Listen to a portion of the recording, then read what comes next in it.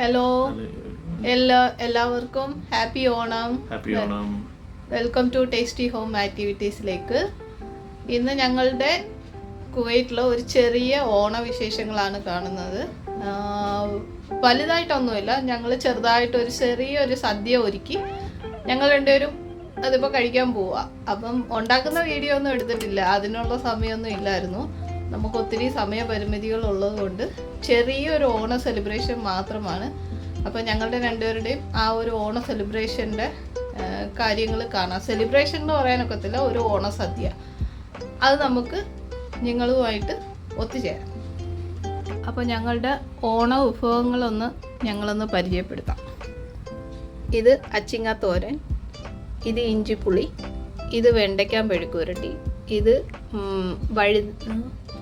പടവലങ്ങ തോരൻ ഒരെണ്ണമേ ഉള്ളൂ, സാമ്പാർ, പരിപ്പ് കറി, പച്ചടി, അവിയൽ.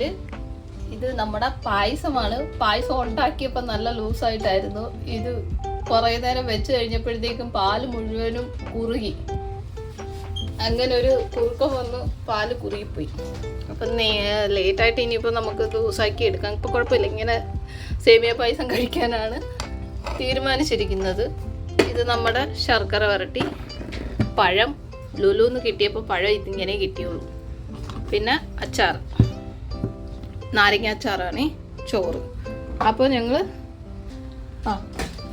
നമ്മുടെ പപ്പടവും പിന്നെ കൊണ്ടാട്ടം മുളകും ഉണ്ട്. പപ്പടം ചേട്ടനാണ് വറുത്തത്, അതുകൊണ്ട് പപ്പടം അതുപോലെ ആയിപ്പോയി. അപ്പോൾ നമുക്ക് ഇഞ്ചി സദ്യ വിളമ്പി തുടങ്ങാം.